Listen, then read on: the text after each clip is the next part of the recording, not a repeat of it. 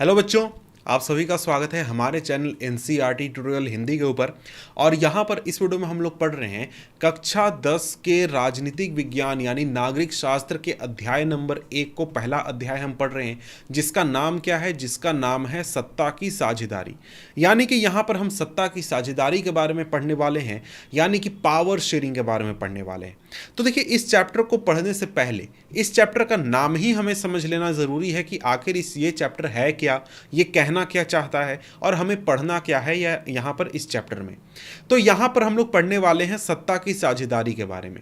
तो भाई, साझेदारी तो आपको समझ में आ रहा होगा। साझेदारी का मतलब होता है पार्टनरशिप करना, कि मतलब कोई काम हम कर रहे हैं तो साथ मिलकर कर रहे हैं, कई सारे लोग मिलकर कर रहे हैं। लेकिन यहाँ पर हम साझेदारी किस चीज़ की करने की बात कर रहे हैं? सत्ता की करने की बात कर रहे हैं।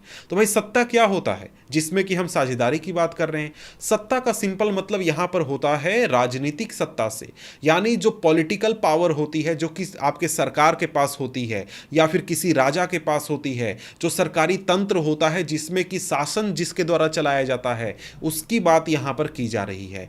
कि भाई, जो शासन चलाने वाला तंत्र है, जो सत्ता है, जो सरकारी ताकत है, सरकार जो होती है, उसकी ताकत में ज़्यादा से ज़्यादा लोगों को हिस्सेदार बनाना, ज़्यादा से ज़्यादा लोगों को अहमियत देना और ज़्यादा से ज़्यादा लोगों की बात सुनना, इसी चीज़ के बारे में यहाँ पर हम ये अध्याय पढ़ रहे हैं। और हमें यहाँ पर इस अध्याय में समझना है कि सत्ता की साझेदारी क्या होती है, क्यों महत्वपूर्ण होती है, कैसे कैसे हम लोगों को सत्ता में साझेदारी दे सकते हैं या फिर साझेदार बना सकते हैं। तो बहुत सारी चीज़ें हमें यहाँ पर इस अध्याय में पढ़नी है। तो देखिए, अगर आप इस अध्याय को जल्दी खत्म करना चाहते हैं तो 1.25x पर भी करके इस वीडियो को जल्दी पढ़ सकते हैं, या फिर आप पॉसिबल हो तो 1.5x पर भी, यानी कि 1.5 गुना स्पीड पर भी पढ़ें तो कोई दिक्कत नहीं है। ठीक है, अब यहाँ पर देखिए परिचय दिया गया है, जिसमें बताया गया है कि यहाँ पर इस अध्याय में हम पढ़ने क्या वाले हैं।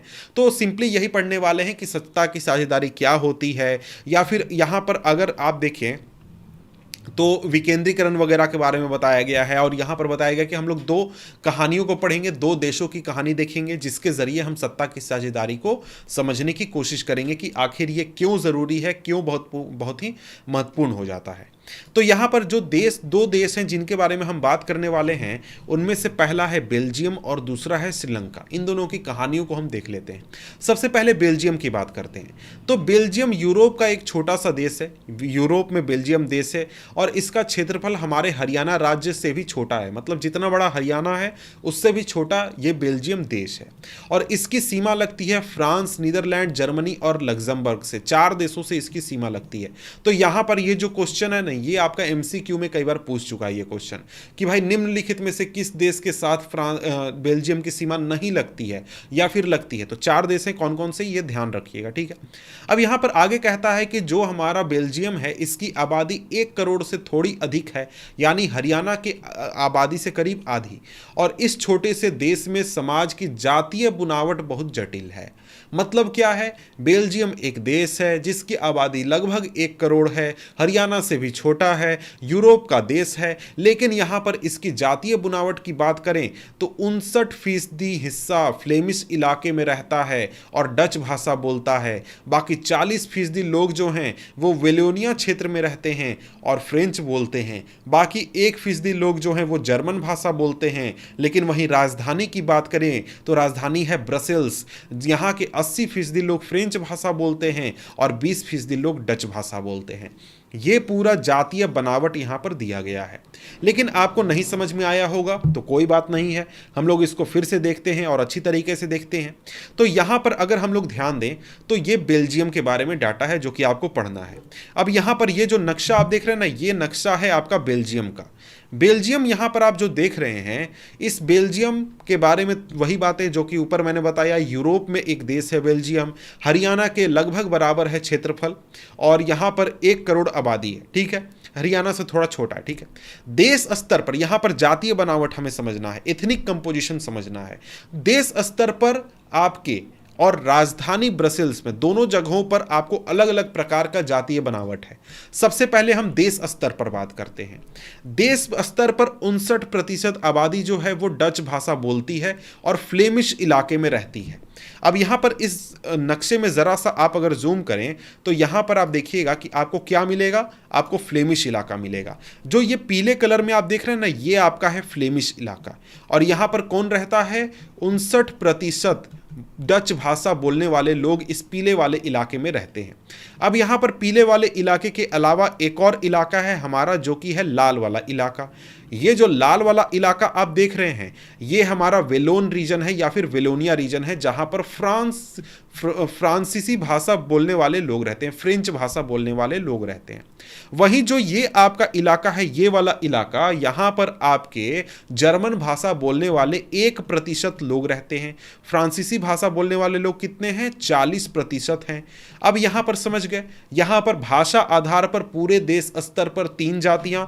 एक तो आपको जो डच भाषा बोलते हैं, कितने हैं ये? 59%। फ्रांसीसी भाषा बोलते हैं 40%, और साथ में 1% लोग हैं जो कि इस इलाके में रहते हैं, और वो कौन सी भाषा बोलते हैं? जर्मन भाषा बोलते हैं। ठीक है, ये तो हमने समझ लिया। लेकिन इसके साथ में एक और चीज हमें समझना है कि यहां पर बीच में ये वाला हिस्सा आप देख रहे हैं, जो कि आपको ऑरेंज कलर का दिख रहा है, नारंगी रंग का दिख रहा है, ये हमारा क्या है? राजधानी है। किसकी राजधानी? बेल्जियम की राजधानी। और इसका नाम क्या है? इसका नाम है ब्रसेल्स। तो अगर हम ब्रसेल्स की बात करें तो ब्रसेल्स में क्या है? 80% लोग फ्रेंच भाषा बोलते हैं और 20% लोग डच भाषा बोलते हैं। मतलब क्या हुआ? मतलब यहां पर बिल्कुल उल्टा हो गया। पूरे देश में अगर हम देखें तो पूरे देश में आबादी किसकी ज्यादा है? डच भाषा बोलने वाले लोगों की। कम आबादी किसकी है? फ्रेंच भाषा या फिर फ्रांसीसी भाषा बोलने वाले लोगों की। लेकिन जब हम राजधानी की बात करते हैं तो राजधानी में ज्यादा संख्या किसकी है? फ्रांसीसी भाषा यानी फ्रेंच भाषा बोलने वाले लोगों की। और कम आबादी किसकी है? डच भाषा बोलने वाले लोगों की। फ्रांसीसी कितने हैं? 80% हैं। और वहीं डच भाषा बोलने वाले लोग कितने हैं? 20% हैं। तो ये आपका हो गया बेल्जियम का जातीय बनावट। मतलब क्या? डच भाषी लोग पूरे देश स्तर पर बहुमत में हैं, लेकिन राजधानी में क्या हैं? अल्पमत में हैं। लेकिन फ्रांसीसी लोग क्या हैं? राजधानी में बहुमत में हैं, लेकिन पूरे देश में क्या हैं? अल्पमत में हैं। ठीक है, तो ये हमने समझ लिया बेल्जियम का जातीय बनावट। ठीक है, अब आगे देखते हैं। यहां पर वही चीज बात बताई गई है कि देखिए, जो हमारा अल्पसंख्यक फ्रेंच भाषी क्या है? वो अल्पसंख्यक है, मतलब कम संख्या में। कितनी आबादी है भाई? पूरे देश में 40% उनकी आबादी है। ये लोग जो हैं, ये आबादी में तो इनकी संख्या कम है, करीब मात्र 40% है पूरे देश में। लेकिन ये लोग ज्यादा समृद्ध हैं और ज्यादा ताकतवर हैं। समझ गए? मतलब ये लोग ज्यादा अमीर हैं, ज्यादा ताकतवर हैं, इनके परिवार समृद्ध हैं। मतलब समझ सकते हैं कि भाई हमारे देश में जैसे पहले क्या होता था कि भाई जमींदार लोग होते थे, बहुत पावरफुल होते थे, बहुत पैसा होता था उनके पास, जब बहुत जमीन वगैरह होता था। उसी तरीके से यहाँ पर ये लोग जो थे, ये बहुत अमीर टाइप के हुआ करते थे। लेकिन इसके बाद अगर हम देखें तो जो डच भाषी लोग थे वो उतने अमीर नहीं हुआ करते थे, आम इंसान होते थे, थोड़े गरीब होते थे। ठीक है, लेकिन यहाँ पर क्या होगा, ये जो आपके फ्रेंच भाषी लोग थे, इनके पास पहले से बहुत सारी सुविधाएं थी। इनके परिवार के बच्चों को शिक्षा भी मिलती थी, रोजगार भी मिलता था, साथ में जो आपका आर्थिक विकास था वो भी काफ़ी अच्छा था, पैसा वैसा सब चीज़ था, कोई दिक्कत नहीं था। लेकिन जो डच भाषी लोग थे, इनका आर्थिक विकास, शिक्षा में इनकी उपलब्धि, सभी तरीके के जो भी विकास हुआ था, इनको बाद में मिली थी। मतलब बाद में जाकर आर्थिक विकास मिला, शिक्षा का लाभ मिला, सारी चीज़ें बाद में मिली। अब यहाँ पर इसी चीज़ को लेकर 1950 और 1960 के दशक में फ्रेंच भाषी और डच भाषी लोगों के बीच में झगड़ा भी हो रहा था। क्यों? क्योंकि उस समय में जो फ्रेंच भाषी थे वो अमीर थे और जो डच भाषी थे वो उतने अमीर नहीं हुआ करते थे। उनकी स्थिति खराब थी, उनकी एक तरीके से क्या थी, सामाजिक स्थिति काफ़ी कमज़ोर थी, उतने अमीर नहीं हुआ करते थे। अब यहाँ पर क्या हुआ, इन दोनों समुदायों के बीच में बहुत टकराव होता था, कई जगहों पर मारपीट हो गया, कहीं पर मतलब एक दूसरे को पसंद नहीं कर रहे थे, आ गया डच भाषा बोलने वाला आ गया, इस तरीके से होता है ना। हमारे समाज में भी कई जगहों पर आपको ऐसा देखने को मिलेगा। ठीक है, तो यहाँ पर अगर आप देखें तो यहाँ पर वही बात है। लेकिन डच भाषा बोलने वाले लोगों के बारे में जैसा कि मैंने बताया कि उनकी संख्या ज़्यादा थी, लेकिन धन और समृद्धि के मामले में कमज़ोर थे और अल्पमत में थे। मतलब अमीर उतने नहीं थे जितने कि फ्रांसीसी अमीर थे। अब यहाँ पर हम बेल्जियम का समझ गए कि भाई बेल्जियम में कौन अमीर था, कौन गरीब था, कौन ताकतवर था, कौन कमज़ोर था, संख्या किसका कम था, किसका ज़्यादा था, कहाँ कम था, कहाँ ज़्यादा था, सारी चीज़ हम समझ गए। अब हम श्रीलंका की बात कर लेते हैं। श्रीलंका की बात करें तो श्रीलंका एक द्वीपीय देश है। द्वीपीय देश कहने का मतलब क्या है? मतलब चारों तरफ से समुद्र से घिरा हुआ है, किसी भी देश के साथ वो जमीनी सीमा साझा नहीं करता है। मतलब जैसे हमारा और पाकिस्तान का बॉर्डर है, वैसा श्रीलंका का किसी भी देश के साथ बॉर्डर नहीं है। ठीक है। अब यहां पर तमिलनाडु के दक्षिणी तट से कुछ ही किलोमीटर की दूरी पर स्थित है। आपको पता होगा कि भाई हमारा जो देश है उसके बिल्कुल नीचे आपको क्या मिल जाएगा? आपको मिल जाएगा ये श्रीलंका। श्रीलंका का जब भी हम भारत का नक्शा बनाते हैं, आपको श्रीलंका का नक्शा साथ में देखने को मिल जाता है। अब यहां पर आगे बढ़ें तो यहां पर इसकी आबादी बताई गई है कितनी? 2 करोड़ इसकी आबादी है, मतलब हरियाणा के बराबर है। और यहां पर दक्षिण एशिया के अन्य देशों की तरह श्रीलंका की आबादी में भी कई जातीय समूह के लोग हैं। मतलब जिस तरीके से हमारे देश में कई जाति के लोग रहते हैं, कई धर्म के लोग रहते हैं, कई भाषा बोलने वाले लोग रहते हैं, उसी तरीके से श्रीलंका में भी ऐसा ही है। कई जाति समूह के लोग यहाँ पर रहते हैं। और यहाँ पर इस देश में यानी श्रीलंका में रहने वाले जो जातीय समूह हैं, उनमें से सबसे ज़्यादा संख्या किसकी है? सिंहली भाषा बोलने वाले लोगों की है। यानी वो लोग जो सिंहली भाषा का उपयोग करते हैं, और इनकी आबादी कुल जनसंख्या का 74% है। कितना है? 74%। 74% आबादी है किसका? सिंहली भाषा बोलने वाले लोगों का। इसके बाद यहाँ पर तमिल भाषा बोलने वाले लोगों का नंबर है, जिनकी जनसंख्या में आबादी कितनी है? 18% है। कितनी आबादी? 18%। अब यहाँ पर जो तमिल लोग हैं, इनमें भी 2 प्रकार के तमिल हैं, यानी इनमें भी 2 समूह हैं, 2 अलग अलग ग्रुप है। कौन कौन सा? ज़रा सा हम लोग देख लेते हैं। तो यहाँ पर अगर हम लोग देखें तो यहाँ पर जो तमिल हैं उनमें 2 प्रकार के तमिल होते हैं। पहला तो हो गए श्रीलंका के तमिल। श्रीलंका के तमिल, इनकी आबादी 13%। और हिंदुस्तानी तमिल जो जिनकी आबादी कितनी हो गई? 5%। अब यहाँ पर बोलिएगा सर श्रीलंका के तमिल और हिंदुस्तानी तमिल, ये कहने का क्या मतलब होता है? इसका क्या मतलब है? श्रीलंका के तमिल कहने का मतलब ये है कि जिनके पूर्वज, बाबा, दादा, परदादा, 4-5 जनरेशन पहले, 10 जनरेशन पहले, उनके पूर्वज कहाँ के थे? श्रीलंका के थे। उनकी आबादी कितनी है? 13%। लेकिन हिंदुस्तानी तमिल हम कहते हैं तो इसका मतलब क्या? जब यहाँ पर औपनिवेशिक शासन चल रहा था, मतलब अंग्रेजों का शासन जब चल रहा था भारत पर, साथ में श्रीलंका के ऊपर, तो यहाँ पर श्रीलंका में बागानों में काम करने के लिए भारत से बहुत सारे लोगों को मजदूरों के रूप में ले जाया गया था। कहाँ से? तमिलनाडु से। तो यहाँ पर क्या हो गया? वो लोग वहीं पर रह गए, वहीं पर बस गए और वही उनका देश हो गया। और यहाँ पर क्या हो गया? इस तरीके से जो उस वहां पर उन लोगों के जो वंशज हैं, जो बेटा बेटी पोता पोती लोग हो गए, वही कहलाए क्या? हिंदुस्तानी तमिल। ठीक है। इनकी आबादी पूरे देश में से 5%। अब यहां पर बात करें तो श्रीलंका के नक्शे को देखिएगा तो यहां पर इनका आबादी आपको कहां देखने को मिलेगा? उत्तर और पूर्वी प्रांतों में देखने को मिलेगा। लेकिन अधिकतर सिंहली भाषी लोग जो हैं वो क्या करते हैं? बौद्ध धर्म को फॉलो करते हैं। मतलब भाषा के आधार पर तो हो गया, उसके अलावा धर्म के आधार पर भी है। यानी सिंहली भाषा बोलने वाले लोग कौन सा धर्म मानते हैं? बौद्ध धर्म मानते हैं। लेकिन जो तमिल भाषा बोलने वाले लोग हैं, इनमें से कुछ लोग हिंदू धर्म को मानते हैं, कुछ लोग मुसलमान धर्म को मानते हैं। और इसके साथ ही श्रीलंका में ईसाई लोग भी रहते हैं, जिनकी आबादी पूरे आबादी में से 7% है। और उनमें से कुछ लोग सिंहली भाषा बोलते हैं और कुछ लोग तमिल भाषा बोलते हैं और कुछ लोग दोनों भाषाएं बोलते हैं, यानी कोई एक नहीं बल्कि दोनों बोलते हैं। ठीक है। अब यहां पर बात करें तो यहां पर अगर हम देखते हैं तो फिर से हम अच्छी तरीके से समझने की कोशिश करेंगे श्रीलंका की स्थिति को, ताकि हम क्या कर सकें? समझ सकें श्रीलंका के जातीय बनावट को।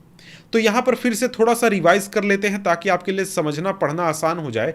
श्रीलंका क्या है? एक द्वीपीय देश है। मतलब क्या हुआ? मतलब कि चारों तरफ से क्या है? समुद्र है। कहीं भी हमारा, कहीं भी किसी भी देश का सीमा नहीं लगता है श्रीलंका के साथ। ठीक है। तमिलनाडु के तट से कुछ किलोमीटर दूर है। इस तरीके से जब हम नक्शा बनाते हैं तो ऐसा बनता है। और यहां से हमारा बिल्कुल बगल में है क्या? हमारा एक तरीके से जो तमिलनाडु है वो। अब ये तो चीज़ ठीक है। अब इसके बाद अगर हम देखें तो आबादी कितनी है, 2 करोड़ है। अब आते हैं मुख्य मुद्दे पर जो कि है जातीय बनावट। जातीय बनावट में बात करें तो पहला तो हो गए सिंहली भाषा बोलने वाले लोग, जिनकी आबादी कितनी, 74%। ये लोग क्या करते हैं, बौद्ध धर्म को मानते हैं। तमिल भाषा बोलने वाले लोग कितने हैं, 18% हैं। 18% में बात करें तो ये 18% की जो आबादी है, इनमें हिंदू धर्म मानने वाले लोग भी हैं, मुसलमान भी हैं और कुछ लोग दूसरे भी हैं, ठीक है। अब तमिल भाषा में भी 2 तरीके के तमिल हैं। पहले तो मूल तमिल, मतलब जो कि जिनके दादा परदादा पूर्वज वहीं के श्रीलंका के ही रहने वाले हैं, इनकी आबादी 13%। वहीं दूसरे हैं भारतीय तमिल।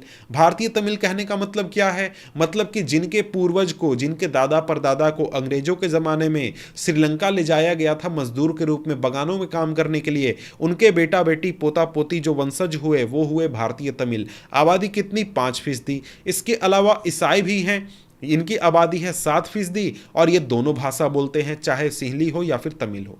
मतलब कुछ लोग सिंहली भाषा बोलते हैं, कुछ लोग तमिल भाषा बोलते हैं, ठीक है।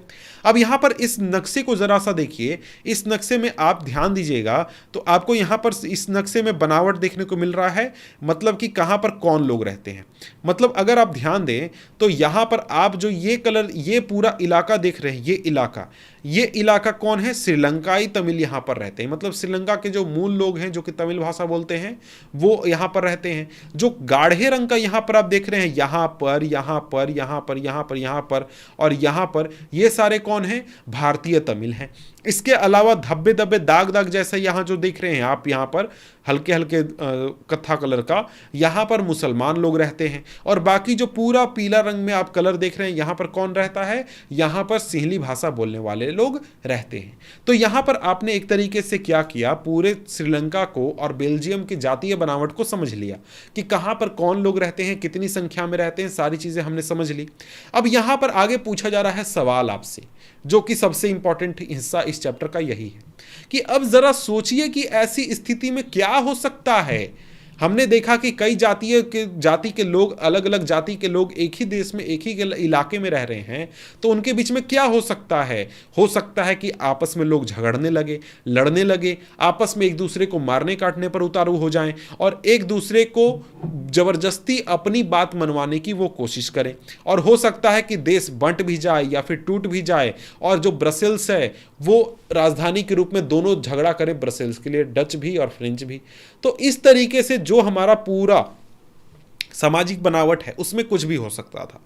तो यहां पर दोनों देशों में क्या हुआ हम ये पहले समझेंगे, तब आपको अपने आप समझ में आ जाएगा कि यहां पर प्रॉब्लम हुआ या फिर नहीं हुआ, हुआ तो क्यों हुआ और उसका सॉल्यूशन क्या था, वो अपने आप आपको समझ में आ जाएगा। अब यहां पर सबसे पहला हमारा टॉपिक क्या आ जाता है, श्रीलंका में बहुसंख्यकवाद। यानी श्रीलंका में किस तरीके से सरकार चली, बहुसंख्यकवाद के हिसाब से सरकार चली। इस मतलब क्या हुआ, क्या सब बता रहे हैं, टेंशन मत लीजिए, पूरा वीडियो देखिए, ठीक है। अब यहां पर कहा जा रहा है कि भाई देखो, श्रीलंका जो है वो 1948 में स्वतंत्र राष्ट्र बना। स्वतंत्र राष्ट्र बना, उसके पहले क्या था, उसके पहले भाई गुलाम था। जैसे अंग्रेजों का यहां पर गुलाम था, उसी तरीके से गुलाम था, ठीक है। तो यहां पर अगर हम देखें तो यहां पर जब ये देश आजाद हुआ 1948 में, तो 1948 में आजाद होने के बाद जो सिंहली भाषा बोलने वाले लोग थे, सिंहली भाषा बोलने वाले जो नेता लोग थे, उन्होंने कहा कि हम लोग क्या करेंगे, बहुसंख्या के बल पर शासन चलाएंगे। मतलब क्या, मतलब कि भाई हमारी आबादी 74%, हमारी आबादी अगर 74% है तो हमारी बात मानी जाएगी, और हमारी बात मानी जाएगी तो क्या होगा, हमारे हिसाब से सरकार चलेगा और जैसा हम बोलेंगे वैसा ही होगा। इस वजह से वहाँ पर क्या हुआ, वहाँ पर बहुसंख्यक परस्ती के तहत कदम उठाए गए। मतलब कि जो सिंहली भाषा बोलने वाले लोग जो चाहते वही किया गया। तमिल भाषा बोलने वाले लोगों को या फिर जो मुसलमान थे, हिंदू थे, ईसाई थे, उनकी बातों को दरकिनार किया गया। और ऐसा करके क्या हुआ, तो भाई सिंहली भाषा का प्रभुत्व वहां पर स्थापित किया गया। कैसे, क्यों, ये सारी चीजें हम देखते हैं। अब यहां पर इसके लिए कई कदम उठाए गए थे, बहुसंख्यकवाद को लागू करने के लिए कई कदम उठाए गए थे। उनमें से एक कदम क्या था कि 1956 में एक कानून बनाया गया जिसके तहत तमिल को दरकिनार करके सिंहली को एकमात्र राजभाषा घोषित कर दिया गया। मतलब श्रीलंका देश का एक ही राजभाषा होगा, और वो राजभाषा कौन सा होगा, सिंहली होगा। तमिल को जरा सा भी महत्व नहीं दिया गया, उसको बिल्कुल भी दरकिनार कर दिया गया।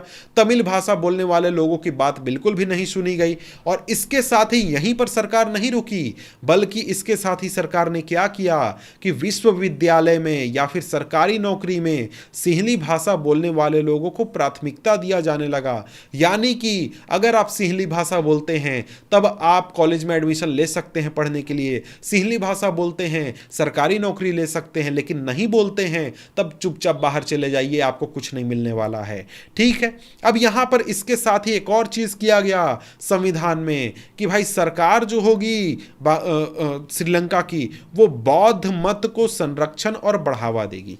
मतलब क्या? मतलब कि भाई बौद्ध धर्म को बढ़ावा देना है, हिंदू धर्म को या फिर मुसलमान धर्म को महत्व नहीं देना है। सरकार उसका समर्थन नहीं करेगी, बल्कि किसका करेगी? बौद्ध धर्म का समर्थन करेगी। तो इस तरीके के जब फैसले होने लगे, जो वहां पर तमिल लोग थे, श्रीलंका में रहने वाले तमिल लोग थे, वो काफी नाराज होने लगे और वो सरकार से बिल्कुल नाराज, एकदम बेगाना फील करने लगे कि यार सरकार तो हम लोग का बात भी नहीं करता है, हम लोग से पूछता भी नहीं है, हम लोग को कोई वैल्यू नहीं देता, लगता है जैसे कि हम लोग है ही नहीं है श्रीलंका में। ऐसा वहां पर सरकार ट्रीट करने लगी। और इसकी वजह से क्या हो गया? इसकी वजह से जो वहां पर जो तमिल लोग थे उनको ये लगने लगा कि जो बौद्ध धर्म मानने वाले, जो सिंहली भाषा बोलने वाले जो लोग हैं, जितनी भी राजनीतिक पार्टियां हैं, उनकी भाषा और उनकी संस्कृति को लेकर असंवेदनशील हैं। यानी तमिल भाषा बोलने वाले लोगों को कोई अहमियत नहीं दिया जा रहा है। तमिल भाषा बोलने वाले जो लोग हैं, जो कि हिंदू धर्म को मानते हैं या फिर मुसलमान धर्म को मानते हैं, उनको बिल्कुल भी दरकिनार किया जा रहा है। और यहाँ पर इस चीज को बदलने की जरूरत है। और उन्हें लगा कि संविधान और सरकार की नीतियां उन्हें समान अधिकार, समान राजनीतिक अधिकारों से वंचित कर रही है। मतलब जितना कि अधिकार उन्हें मिलना चाहिए था, उतना अधिकार उन्हें नहीं मिल रहा था। क्यों?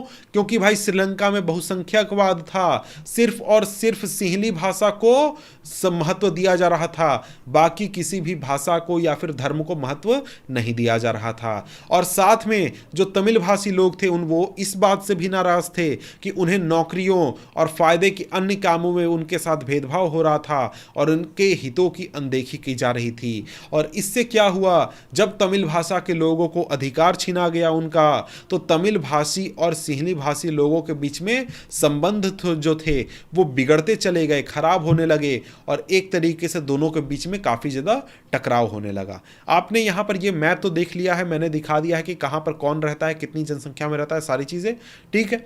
अब यहां पर क्या हुआ कि जब श्रीलंका में रहने वाले तमिलों को लगा कि यार हम लोग का तो बात ही नहीं सुना जा रहा है, कोई वैल्यू नहीं है, तो यहां पर इन्होंने क्या किया?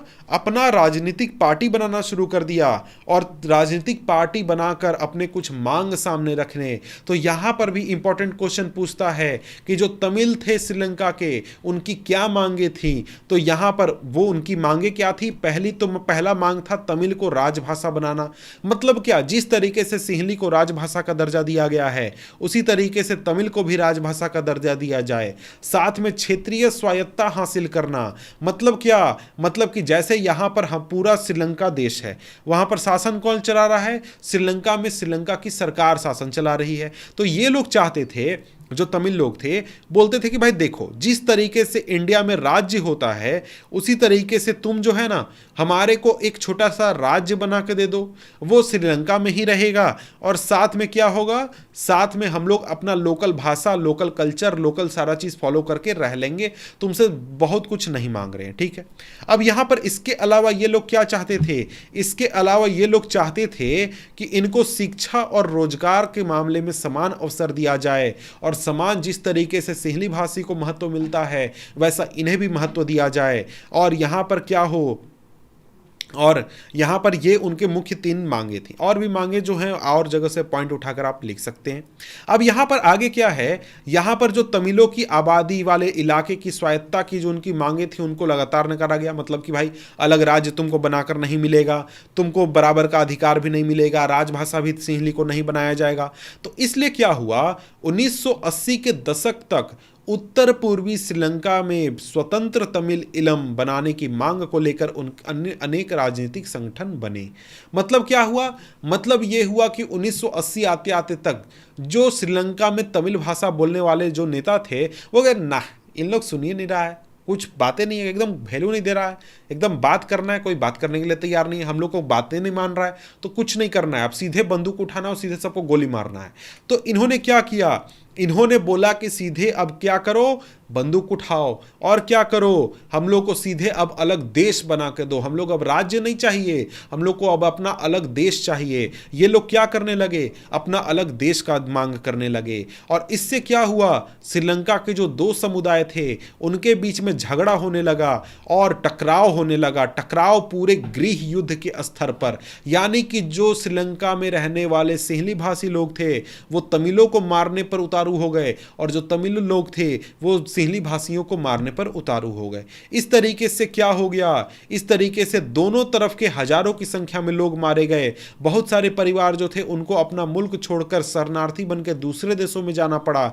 बहुत सारे लोग भारत भी आए थे। इसके अलावा कई सारे लोग जो थे उनकी रोजी रोटी चौपट हो गई। और इसके साथ ही यहाँ पर जो श्रीलंका जो था, जिसको कि हम पढ़ते हैं, हम अर्थशास्त्र में आपने पढ़ा होगा कि श्रीलंका हमसे बहुत आगे है बहुत सारे मामलों में, लेकिन वो सारा आगे होना निकल गया बेकार। क्यों? क्योंकि देश में गृह युद्ध हो गया और बहुत साल पहले जैसी स्थिति थी वैसी फिर से आ गई। तो इस चीज की वजह से क्या हो गया? पूरा देश जो था सामाजिक, सांस्कृतिक और आर्थिक जीवन में बहुत सारी परेशानियां हुई, लोगों का जीना मुश्किल हो गया। और आगे चलकर 2009 में इस गृह युद्ध का अंत हुआ और थोड़ी मोड़ी जनता को शांति मिली। अब इसके बाद आगे पढ़ते हैं हम बेल्जियम की समझदारी। बेल्जियम ने दूसरा रास्ता अपनाया और दूसरे तरीके से अपने देश में जो जातीय बनावट है उसको संभालने की कोशिश की। अब यहां पर बेल्जियम के नेता लोग जो थे वो बहुत तेज थे, बुड़बक नहीं थे। वो लोग बहुत सोच समझ के जो भी कर रहे थे कुछ कर रहे थे। उन्होंने कहा कि ठीक है, क्षेत्रीय अंतर है देश में, अलग अलग इलाके में अलग अलग लोग रहते हैं भाई, चलो सांस्कृतिक विविधता है, ठीक है, अलग अलग लोग जो हैं अलग अलग भाषा बोलते हैं, अलग अलग खान पान है, पहनावा है, ओढ़ावा है, सब चीज़ है, ठीक है, तो चलो इसको स्वीकार करते हैं, ठीक है, चलो है, कोई दिक्कत नहीं है, इस सब के लिए क्या सॉल्यूशन है वो सोचते हैं। तो इसलिए क्या किया गया, यहां पर बेल्जियम में ऐसा व्यवस्था किया गया कि वहां पर किसी भी व्यक्ति को यह महसूस ना हो कि उसके साथ सरकार किसी भी तरीके का भेदभाव कर रही है। उसका उदाहरण इस बात से आप देख सकते हैं कि 1970 से लेकर 1993 के बीच में जो बेल्जियम है उसने अपने संविधान में 4 संशोधन किए और वो सिर्फ और सिर्फ इस बात के लिए किए कि देश में रहने वाले किसी भी व्यक्ति को बेगानेपन का एहसास ना हो और सभी मिलजुल कर रह सकें। इसके लिए जो व्यवस्था की गई वो बहुत ही कल्पनाशील है और कोई देश ऐसा नहीं कर पाया। क्या किया भाई? ऐसा क्या अच्छा काम कर दिया कि दूसरा कोई देश नहीं करने पाया? तो यहां पर यह किया गया, सबसे पहला कि जो संविधान है उसमें यह बात स्पष्ट प्रावधान है कि केंद्रीय सरकार में डच और फ्रेंच भाषी मंत्रियों की संख्या समान रहेगी। केंद्र सरकार मतलब जो पूरे बेल्जियम की सरकार है उसमें जितने भी मंत्री होंगे, मान लीजिए अगर 20 मंत्री होते हैं उनमें से 10 कौन होंगे? डच भाषा बोलने वाले, और 10 कौन होंगे? फ्रेंच भाषा बोलने वाले होंगे। और साथ में कुछ खास कानून जैसे कि भाषा को लेकर, धर्म को लेकर, इस तरीके की चीजों को लेकर अगर कोई खास कानून बनाना होगा तो वो क्या करना होगा? दोनों समूह के सांसदों का बहुमत लेना होगा। मतलब डच भाषा का बहुमत अलग से और फ्रेंच भाषा बोलने वाले जो सांसद हैं उनका बहुमत अलग से। दोनों के बहुमत को लेकर ही कोई भी कानून नया बन सकता है या कानून हटाया जा सकता है या कोई भी बदलाव हो सकता है। और इस प्रकार किसी एक समुदाय के लोग एक तरफा फैसला नहीं कर सकते थे। ये एक चीज हुआ। अगला क्या है? केंद्र सरकार की अनेक शक्तियां देश के 2 इलाकों की क्षेत्रीय सरकारों को सुपुर्द करती गई, यानी राज्य सरकारें केंद्रीय सरकार के अधीन नहीं है। तो ये जो चीज़ है ये हम अपने सेकेंड चैप्टर में भी पढ़ने वाले हैं कि जब यहां पर देखिए, यहां पर फेडरलिज्म यानी कि संघवाद लागू किया गया, पूरे बेल्जियम के लिए एक सरकार। वहां पर क्या हो गया? मंत्रियों की संख्या बराबर होगी, लेकिन इसके बाद आपका जो क्षेत्रीय सरकार है, जो कि यहां पर वेलोनिया और फ्लेमिश रीजन के लिए अलग अलग है, यानी इस सरकार के लिए इस इलाके के लिए सरकार अलग और इस इलाके के लिए सरकार अलग, दोनों को अधिकार दे दिए गए संघवाद के आधार पर कि भाई संघवाद क्या होता है अगला चैप्टर में आप पढ़िएगा, ठीक है। तो यहां पर केंद्र सरकार की कुछ ताकत छीनकर राज्य सरकारों को दे दिया गया ताकि ये राज्य सरकारें जो हैं अपने हिसाब से क्या कर सकें, शासन को चला सके। अब यहां पर अगर हम आगे देखें तो साथ में ब्रसेल्स के लिए एक अलग से सरकार लाया गया जिसमें दोनों समुदाय का समान प्रतिनिधित्व होगा। यानी जो बेल्जियम ब्रसेल्स है जो कि राजधानी है बेल्जियम की, वहां के लिए एक अलग सरकार होगी जहां पर उस सरकार में जितनी संख्या सांसदों की डच भाषी सांसदों की होगी उतनी ही संख्या आपके फ्रेंच भाषी सांसदों की भी होगी। और इसके साथ ही फ्रेंच भाषी लोग जो हैं उन्होंने ब्रसेल्स में समान प्रतिनिधित्व वाले इस प्रस्ताव को स्वीकार किया, क्योंकि डच भाषी लोगों ने केंद्रीय सरकार में बराबरी का प्रतिनिधित्व स्वीकार किया था। यहां पर कहने का मतलब क्या हुआ, मतलब यह हुआ कि देखो भाई, जो हमारा फ्रांस है या फिर जो हमारा डच है, जो इलाका है, तो पूरे आपके देश में, पूरा देश कौन सा भाई, बेल्जियम देश, पूरे बेल्जियम देश में ज्यादा संख्या किसकी है, डच भाषी लोगों की है 59%। जो पूरे देश की सरकार है वहां पर संख्या बराबर है 1/2 डच भाषी और 1/2 फ्रेंच भाषी। जब ये चीज डच भाषियों ने ज्यादा संख्या होते हुए पूरे देश की सरकार के लिए स्वीकार कर लिया, इसलिए क्योंकि जो ब्रसेल्स है वहां पर ज्यादा संख्या किसकी है, फ्रेंच भाषी लोगों की है, कितनी 80%। तो यहां पर इन्होंने भी कहा कि चलो ठीक है, जो हमारा राजधानी है ब्रसेल्स, इसके लिए जो सरकार चुनी जाएगी वहां पर क्या होगा, आधा संख्या डच भाषी का होगा और आधा संख्या क्या होगा, फ्रेंच भाषी का होगा। तो इस तरीके से क्या किया गया, इस तरीके से जो पावर शेयरिंग है वो किया गया, यानी दोनों का प्रतिनिधित्व तो बराबर रखा गया। एक और चीज यहां पर आप देख सकते हैं, ये जो आप ब्लू कलर का बोर्ड देख रहे हैं ये क्या है, ये एक तरीके से साइन बोर्ड है। हम लोग के देश में होता है ना कि भाई अभी यहां से दिल्ली 10 किलोमीटर दूर है, पटना 20 किलोमीटर दूर है, ऐसा होता है ना, या फिर डायरेक्शन बताने के लिए कुछ बातें भी लिखी होती हैं। तो वहां पर बेल्जियम में जो भी बातें लिखी जाती हैं इस तरीके के साइन बोर्ड पर, वो आपको लिखी जाती हैं दोनों भाषा में, डच भाषा में भी, फ्रेंच भाषा में भी, ठीक है। अब यहां पर आगे बढ़ें तो आगे एक और काम किया गया, वो क्या था कि केंद्रीय और राज्य सरकार के अलावा एक तीसरे स्तर की सरकार भी इस काम को करती थी, यानी सामुदायिक सरकार। यानी कि बेल्जियम में क्या था, सामुदायिक सरकार स्थापित की गई। यानी ये एक ऐसी सरकार थी जो उस भाषा में बोलने वाले लोग ही सरकार चुनते थे। मतलब क्या हुआ, डच भाषा बोलने वाले लोगों के लिए अलग एक सरकार होगी, सामुदायिक सरकार।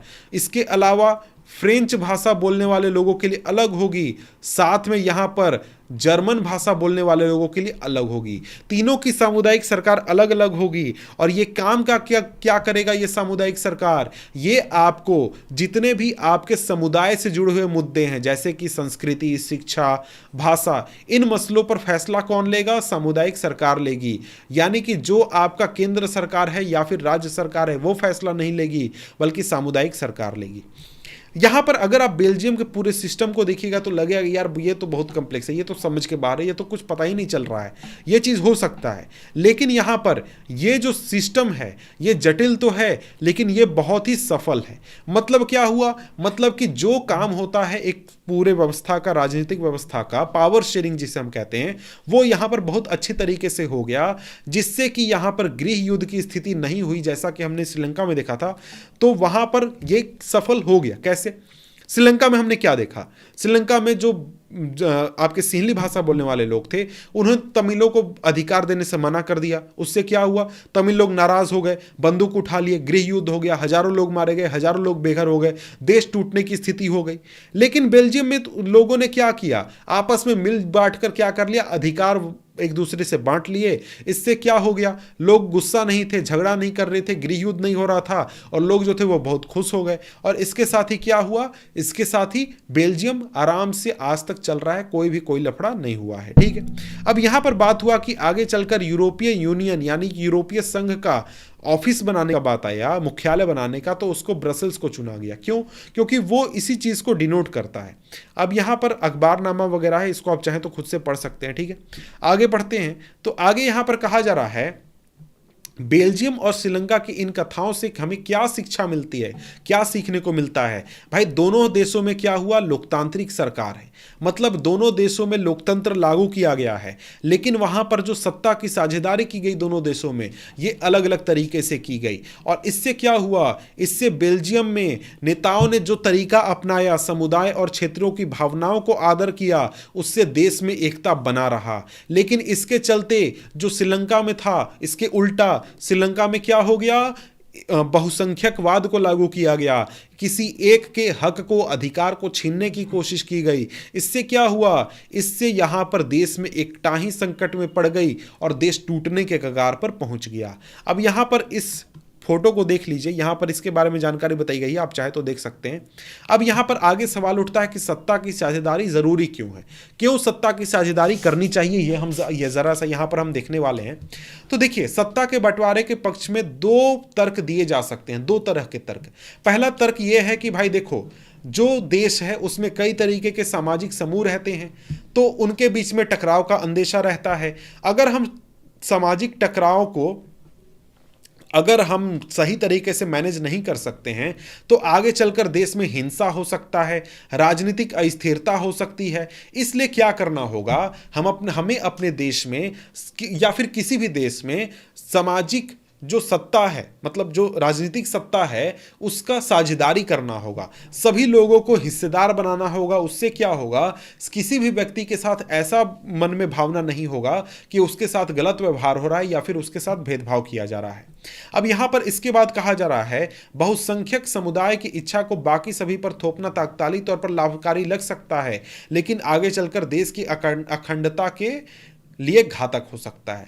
मतलब तुरंत देखने में लगे यार, मैं तो सिंहली भाषा बोलता हूं, क्या करते हैं सब लोग देश में सिंहली भाषा बोलेगा तो चलो मजा आएगा, तुरंत तो मजा आएगा। लेकिन बाद में जब दूसरे भाषा बोलने वाले लोग नाराज हो जाएंगे ना, और वो जब लड़ने लगेंगे, बंदूक उठाकर आपको गोली मारने लगेंगे और आपसे पटका पटकी करने लगेंगे, तब मजा नहीं आएगा। पूरा देश टूटने का स्थिति पर आ जाएगा। देश में सभी लोग बोलेंगे भाई हमको अलग देश बना दो, तुम्हारे साथ नहीं रहना है, तुम बराबर का अधिकार नहीं देते हो।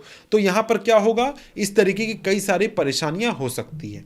ठीक है, और यहां पर बात करें तो यहां पर इससे सिर्फ वही लोग परेशान नहीं होंगे। जैसे अगर हम बात करें श्रीलंका की, तो वहां पर जो झगड़ा हुआ तो उसमें लगा तो ऐसा कि भाई सिंहली भाषा बोलने वाले जो लोग हैं वही सिर्फ बर्बाद हुए, सॉरी, उनकी वजह से सिर्फ तमिल बर्बाद हुए, ऐसा था क्या? जी नहीं। जब तमिलों और सिंहलियों के बीच में झगड़ा होने लगा तो इसमें तमिलों के भी जीवन बर्बाद हुए और साथ में सिंहलियों का भी जीवन बर्बाद हुआ।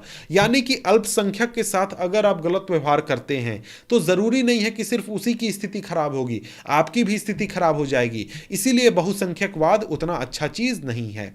ठीक है, अब यहां पर आगे कहा जा रहा है सत्ता का बंटवारा लोकतांत्रिक व्यवस्थाओं के लिए ठीक है। इसके पक्ष में एक बात कही जा सकती है कि वह बात कहीं ज्यादा गहरी है, वो है कि सत्ता की साझेदारी दरअसल लोकतंत्र की आत्मा है। यह बहुत इंपॉर्टेंट लाइन है। क्या है मतलब कि भाई जब हम लोकतंत्र की बात करते हैं ना, तो लोकतंत्र का मतलब ही होता है सत्ता की साझेदारी। मतलब लोकतंत्र का मतलब क्या, मतलब कि जो सरकार है उसको जनता चुनेगी।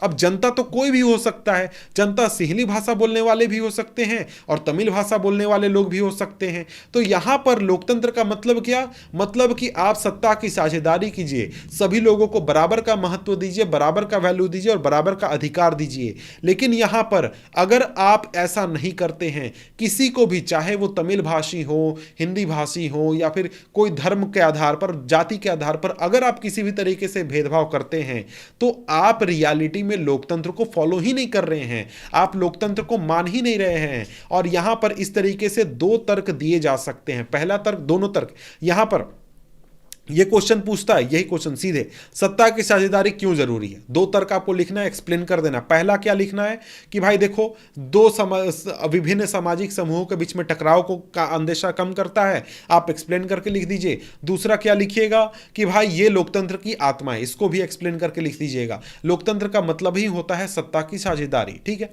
अब यहां पर आगे बढ़े तो आगे हमारे सामने एक है पेज, वो क्या है, खलील की उलझन। इसको आप खुद से जरा सा देख लीजिए, पढ़ लीजिए कि यहां पर क्या बताया जा रहा है। अब यहाँ पर सत्ता की साझेदारी के रूप हमें पढ़ने हैं, यानी कि जो सत्ता की साझेदारी है वो कैसे होती है, किस किस तरीके से हो सकती है, ये हम यहाँ पर देखने वाले हैं। अब यहाँ पर कहा जा रहा है राजनीतिक सत्ता का बंटवारा नहीं किया जा सकता, इसी धारणा के विरुद्ध सत्ता की साझेदारी का विचार सामने आया। मतलब क्या है, मतलब यह है कि पहले जब राजा महाराजा हुआ करते थे तो सारी ताकत या फिर सत्ता जो होती थी वो राजा के पास होती थी।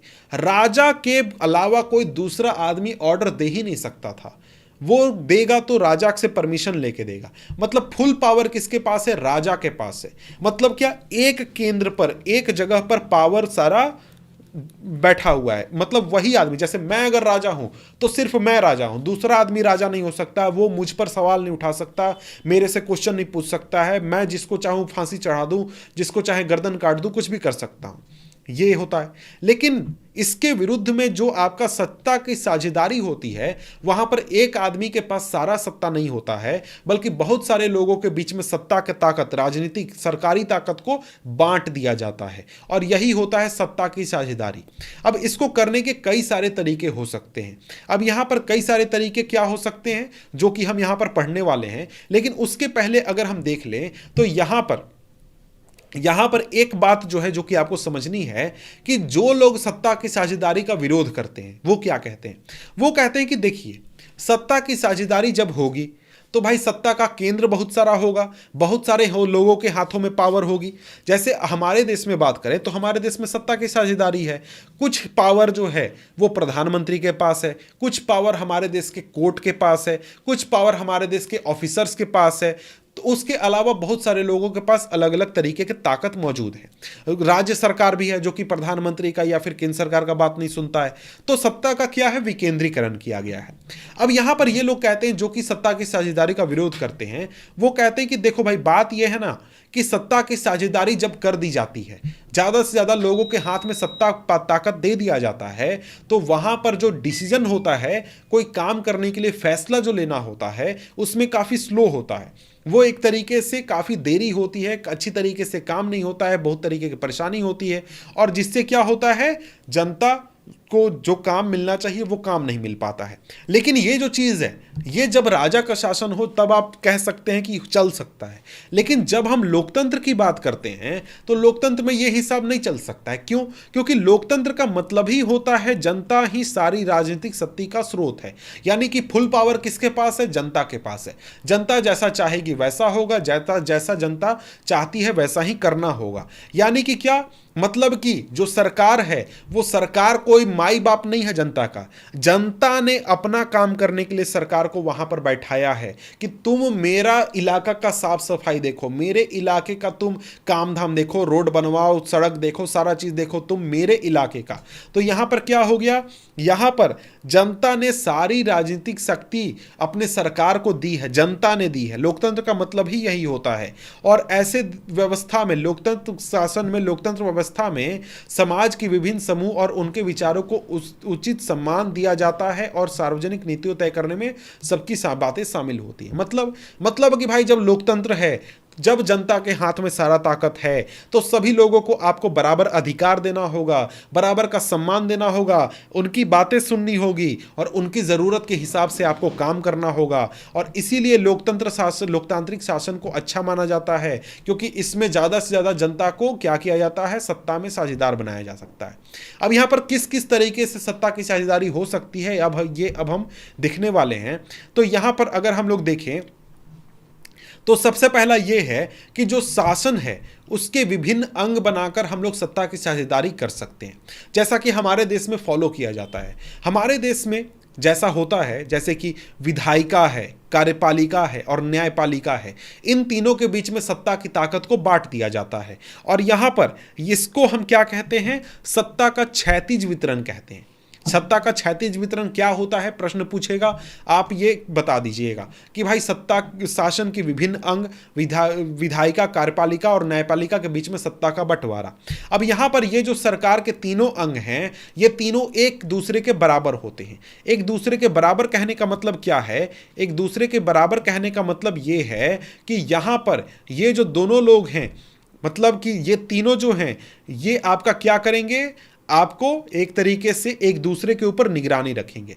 जैसे कि जो विधायिका है वो विधायिका कार्यपालिका के ऊपर निगरानी रखेगी, कार्यपालिका विधायिका के ऊपर, कार्यपालिका न्यायपालिका के ऊपर भी, और न्यायपालिका इन दोनों के ऊपर। मतलब कि कोई भी तीनों में से कोई एक जो है वो अपनी मर्जी से सारा काम नहीं कर सकता है, बाकी दोनों उसके ऊपर निगरानी रखते हैं। अब कैसे रखते हैं? तो भाई देखो, यहां पर इन तीनों का मतलब तो आपको पता होगा कि क्या होता है। एक हो गया क्या? विधायिका, विधायिका हो गया। इसके अलावा क्या हो गया? कार्यपालिका। और इसके अलावा क्या हो गया? न्यायपालिका। न्यायपालिका मतलब हमारे देश का कोर्ट हो गया, जितना भी कोर्ट है सारे न्यायपालिका के हिस्से में आ गए। विधायिका मतलब कि जो हमारे देश का संसद हो गया, जो विधायक मंत्री नेता होते हैं वो हो गए।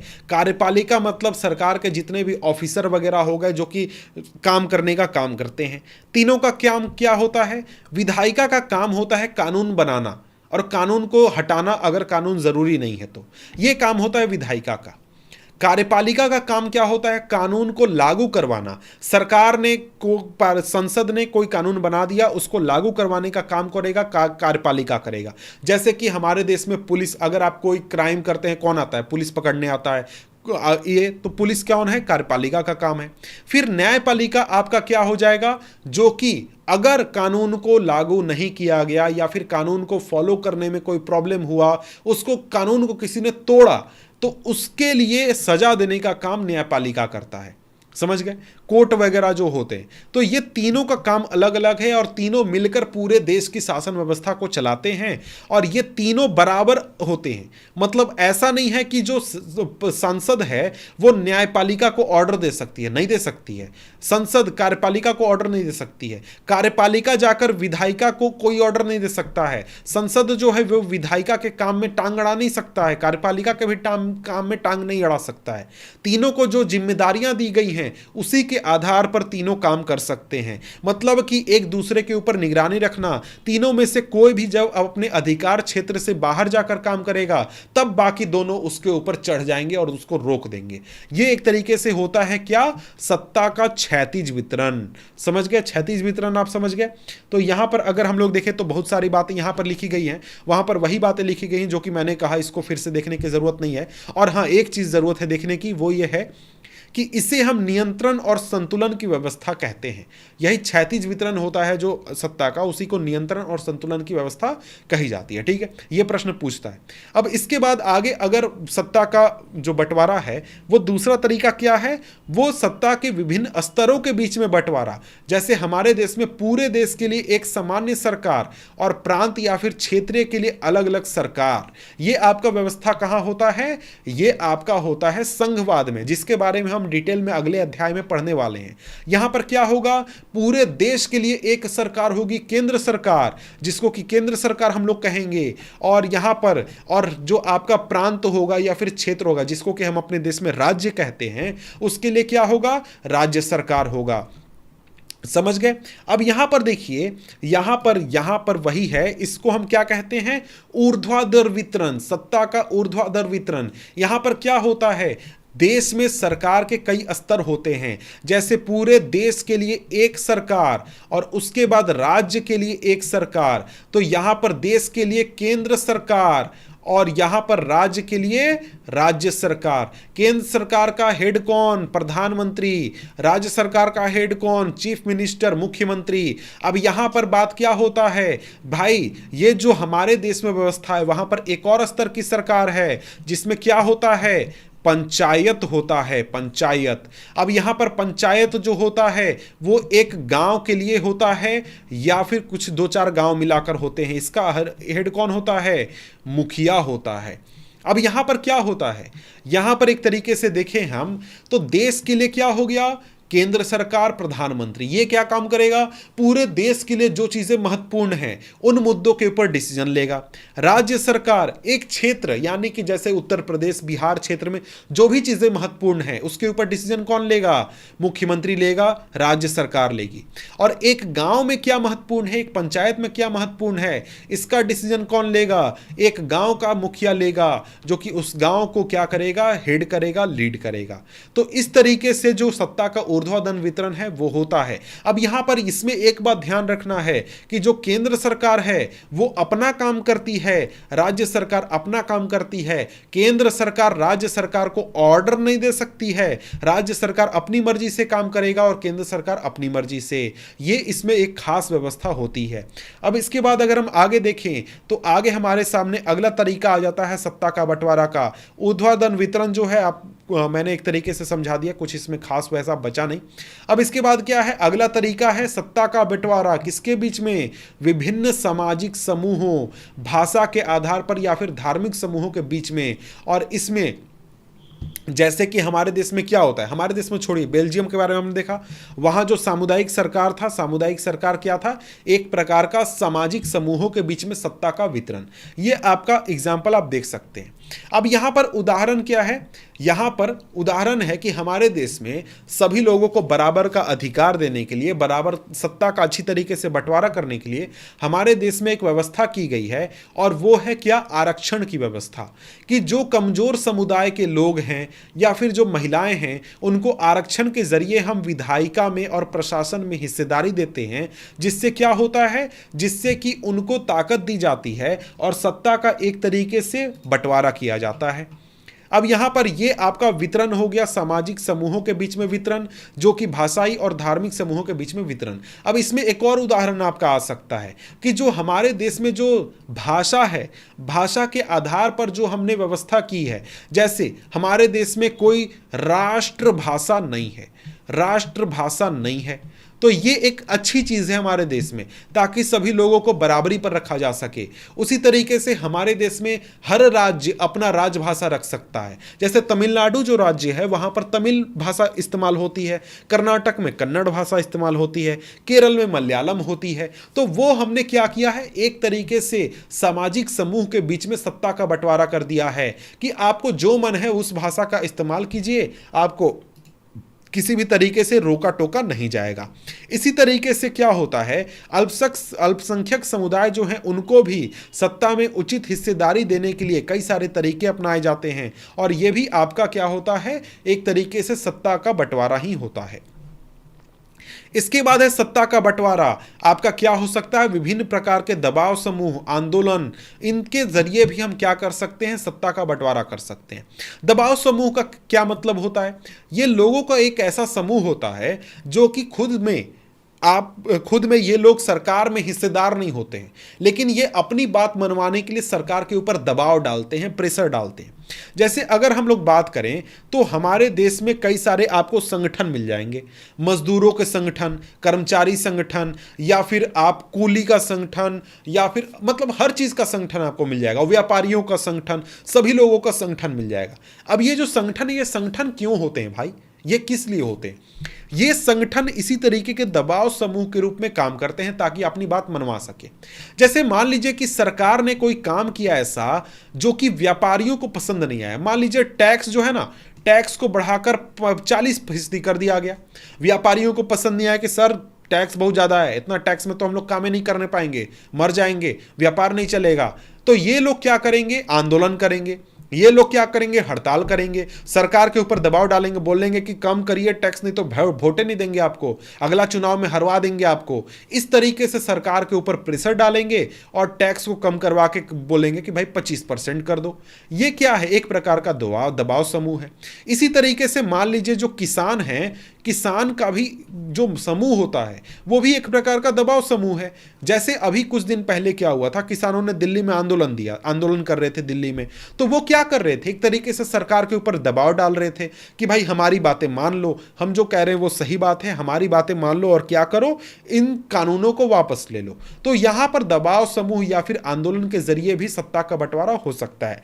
आंदोलन का एक उदाहरण आप ले सकते हैं, जो लोकपाल आंदोलन हुआ था, लोकपाल आंदोलन, जिसके जरिए अन्ना हजारे ने आंदोलन किया था देश में लोकपाल लागू करने के लिए और चीजों के लिए, वो भी एक प्रकार का क्या है, वो भी एक प्रकार का सत्ता का बंटवारा का ही रूप है, जहां पर लोग जो हैं वो अपनी बात सरकार से मनवा लेते हैं या फिर मनवाने का काम करते हैं। और यहां पर क्या होता है, यहां पर एक तरीके से सत्ता का बंटवारा होता है। इसके अलावा एक और तरीका है सत्ता का बंटवारा का, इसी में दबाव समूह या आंदोलन में ही, और वो है राजनीतिक पार्टियां। राजनीतिक पार्टियां, आपको पता है कि भाई कई सारी पार्टियां चुनाव लड़ती हैं, उसमें से एक पार्टी चुनाव जीत जाती है। जैसे हमारे देश में अगर पूरे देश स्तर पर बात करें तो आज भाजपा चुनाव जीत चुकी है, देश में जो सरकार है वो भाजपा की है। लेकिन जो कांग्रेस पार्टी है वो भी तो एक राजनीतिक पार्टी है, वो चुनाव हार गई तो इसका ये थोड़ी मतलब है कि उसके सारे नेता, सारे लोग जाकर घर में सो जाएंगे कि चलो 5 साल बाद उठेंगे। ऐसा होता है क्या? जी नहीं। जो पार्टी चुनाव जीत जाती है वो तो अपना काम करती है सरकार चलाने का, लेकिन जो पार्टी चुनाव हार जाती है वो पार्टी क्या काम करती है? सरकार के ऊपर निगरानी रखने का, कि क्या करेंगे, सरकार क्या गलत कर रही है, क्या सही कर रही है, क्या करना है, क्या नहीं करना है, सारी चीजें चेक करने का काम कौन करता है? विरोधी पार्टी करती है। वो भी एक प्रकार से क्या है? सत्ता का बंटवारा है। इसके अलावा एक और चीज है कि देखिए, जो राजनीतिक पार्टियां होती हैं उनके अपने अपने विचार होते हैं। कुछ पार्टियां जो होती हैं वो चाहती हैं कि ज्यादा बिजनेस, व्यापारी ज्यादा बढ़े ताकि नौकरियां ज्यादा जनरेट हो। कुछ पार्टियां चाहती हैं कि सभी जो गरीब जनता है उनको क्या किया जाए, फ्री में राशन दो, फ्री में सारी चीजें दो ताकि गरीब जनता को तकलीफ कम हो। कुछ नौकरियां, कुछ जो लोग हैं वो कहेंगे कि भाई क्या करो, सारी जो व्यापारी लोग हैं उनके व्यापार को बंद कर दो और सभी लोग किसानी करेंगे, खेती करेंगे। तो अलग अलग पार्टियों के अलग अलग विचार होते हैं और हर पार्टी जो है वो अपने विचार को लागू करना चाहती है। और कई बार क्या होता है, अलग अलग पार्टियां जो है अपने विचार के साथ अपने जनता का समर्थन भी लाती हैं और साथ में मिलकर सरकार बनाती हैं, गठबंधन सरकार। तो इस तरीके से अलग अलग विचारधारा और सामाजिक समूहों वाली पार्टियां जो हैं साथ में आकर सरकार में शामिल होती हैं और सत्ता की भागीदारी होती है। कई सारी पार्टियां जो होती हैं वो किसी जाति के आधार पर होती हैं, धर्म के आधार पर होती हैं, तो वो अपने जो लोग हैं उनको सत्ता में हिस्सेदार बनाती है जब वो सरकार में आती है। तो इस तरीके से क्या होता है, सत्ता की साझेदारी के कई रूप हो सकते हैं, लेकिन 4 हिस्सों में आप इसको बांट सकते हैं, जो कि है यहां पर हमने देखा। पहला तो सत्ता का क्षैतिज वितरण, दूसरा ऊर्ध्वाधर वितरण, सामाजिक समूहों के बीच में वितरण, इसके अलावा राजनीतिक पार्टियां, दबाव समूह और आंदोलन, यानी कि सत्ता को बाहर से प्रभावित करना तथा नियंत्रित करना या फिर उसमें हिस्सेदार होने के लिए गठबंधन वगैरह करना, ये सारी चीजें आ जाती हैं। तो इस तरीके से जो ये अध्याय है हमारा, ये अध्याय पूरा कंप्लीट होता है। और भी कुछ यहाँ पर है क्या? जी नहीं, बिल्कुल नहीं है। तो यहाँ पर ये अध्याय कंप्लीट हो गया। तो मिलते हैं आपसे हम अगले वीडियो में अगले अध्याय के साथ। तब तक के लिए गुड बाय।